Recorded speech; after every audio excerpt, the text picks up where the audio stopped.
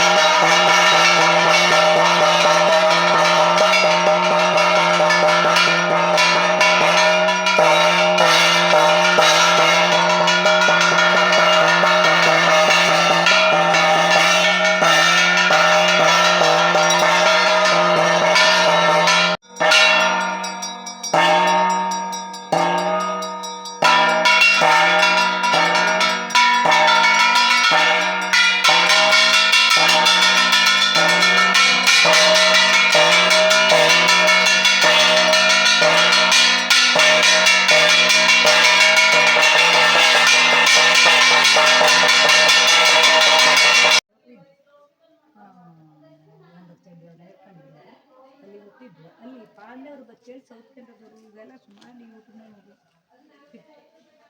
ನೋಡಿ. ನಾವು ಊರಿಗೆ ಬಂದಾಗ ಹಳೆಯ ಸುದ್ದಿ ಎಲ್ಲ ನೆನಪು ಮಾಡ್ಕೊಳ್ಳುವಾಗ ಎರ್ಲು ತಾರೆಕಾಯಿ ಬಿಳೆ ದಾಸವಾಳ ಅಪ್ಪೆನಕಾಯಿ ಅದನ್ನೆಲ್ಲ ನೆನಪು ಮಾಡ್ಕೊಳ್ತಾ ಇವ್ರ ಜೊತೆಗೆ ಹಂಚ್ಕೊಂಡ್ವಿ. ಬೆಂಗಳೂರಿನಲ್ಲಿ ಇದ್ರು ನಾವು ಹಳ್ಳಿ ನೆನಪನ್ನ ಯಾವ ಕಾಲಾದ್ರೂ ಮರಲಿಕ್ಕೆ ಆಗ್ತಿಲ್ಲ ಅಲ್ಲ.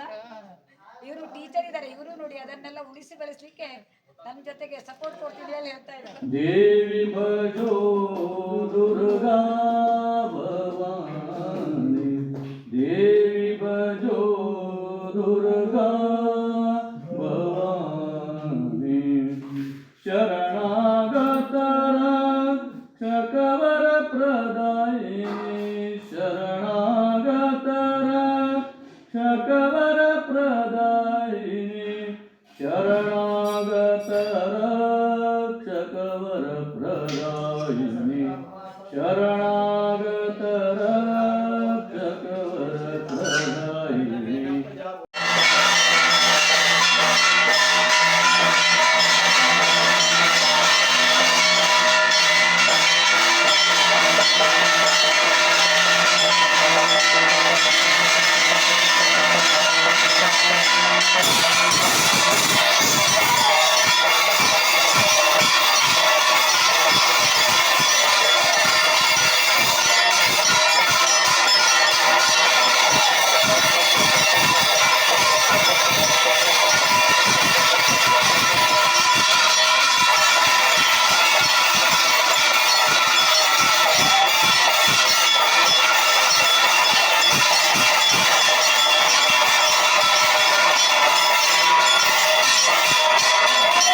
ಚಕವರ ಪ್ರದಾಯಿನಿ, ಶರಣಾಗತರ ಚಕವರ ಪ್ರದಾಯಿನಿ, ದೇವಿ ಭಜೋ ದುರ್ಗಾ ಭವಾನಿ, ದೇವಿ ಭಜೋ ದುರ್ಗಾ ಭವಾನಿ.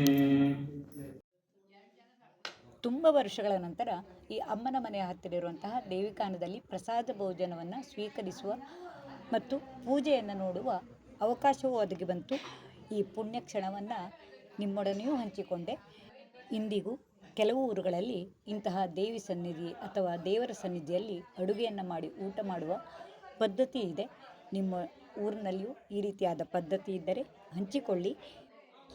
ಬಾಲ್ಯದ ಸವಿ ನೆನಪನ್ನು ಮರುಕಳಿಸಿ ಈಗ ಇದನ್ನು ಹಂಚಿಕೊಳ್ಳುವ ಅವಕಾಶವೂ ನನಗೆ ಕೂಡಿ ಬಂತು. ಈ ವಿಡಿಯೋವು ನಿಮಗೂ ಇಷ್ಟವಾಗಿರಬಹುದು.